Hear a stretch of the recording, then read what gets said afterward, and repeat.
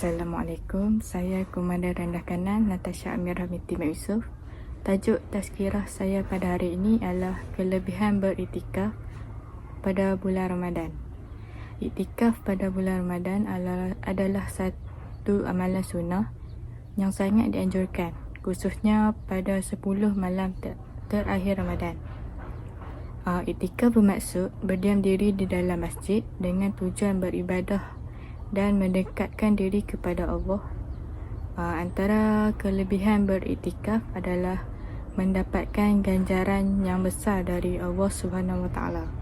Iktikaf adalah amalan yang sangat dicintai oleh Allah kerana ia menunjukkan kesungguhan seseorang dalam beribadah.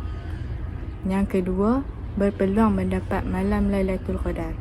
10 malam terakhir Ramadan adalah waktu yang paling utama untuk mencari Lailatul Qadar, malam yang lebih baik daripada 1000 bulan.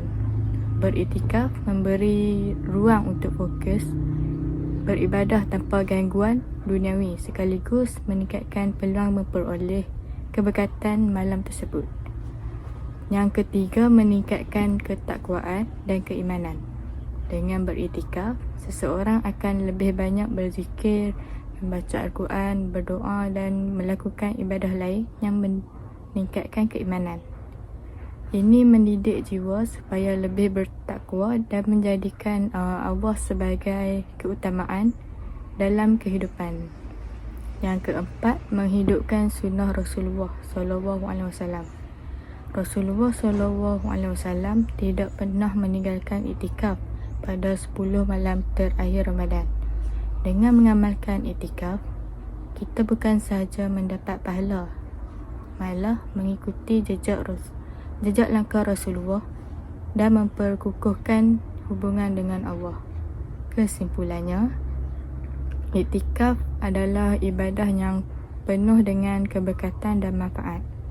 Ia bukan sahaja membantu seseorang mencapai ketenangan jiwa dan keimanan yang lebih kukuh, malah menjadi jalan untuk meraih keampunan Allah. Itu sahaja daripada saya. Sekian, terima kasih.